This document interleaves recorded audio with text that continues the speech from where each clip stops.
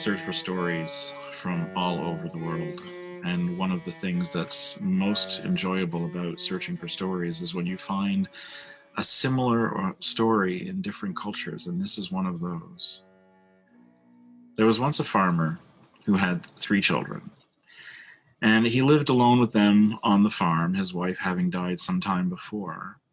And he himself was getting on in years and was worried that the time would come soon when he would no longer be with his children, and he didn't want them falling to fighting over who would inherit the land. So he decided to set them a contest.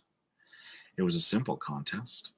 It was to fill a shed out behind the house, a shed beside the barn, to fill it as full as it could be. And whoever was able to fill it as full as it could be filled would have the first choice of land to inherit. He called his 3 children over, 2 boys and a young girl. And he turned to the eldest child, one of his sons, and said, "Okay, the shed is empty. Fill it as full as it could be." The boy looked at the shed.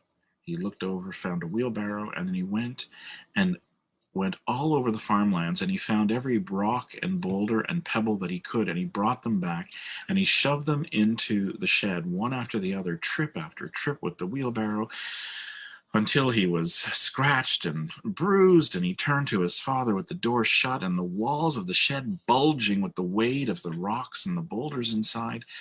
And his father said, "Wow, I don't think I've ever seen you work so hard. I'm very proud of you." And the boy did look proud. And that's when the father bent down and he grabbed a handful of dirt from the ground, and he went over to the shed and he poured the dirt in through one of the cracks in the shed, and the dirt disappeared inside. For as full as the shed was of rocks and boulders and pebbles, there was still space in between them all. The boy looked discouraged, but the father said, No, you should be proud. I am so proud of you. Let's see how your brother does." And the shed was emptied. And the brother, when it was his turn, took the wheelbarrow and he went all over the farmyard and he got dirt and mud and clay and soil, and he brought it back wheelbarrow load after wheelbarrow load, and he filled the shed, packing it into the corners. He filled the shed until the walls of the shed were bulging with the weight of the dirt inside, and he shoved the door and he packed the dirt underneath the crack of the door, and he turned to his father exhausted. And his father said, "Wow, I'm very impressed. You worked as hard as your brother, and you've done a really good job." And the boy looked proud, and the father said, "Now, wait a moment." And the father went over to a bucket behind the house.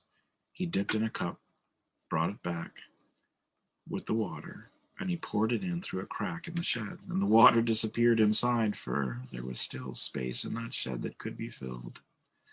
The boy looked discouraged, but the father said, "Look, you should be proud of yourself because I'm proud of you. Let's see how your sister does."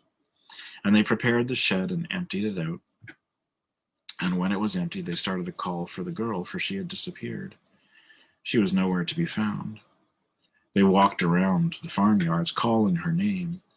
And as they searched, they heard the door of the house open, and they ran around back just in time to see the little girl disappearing into the shed, carrying something in her hands.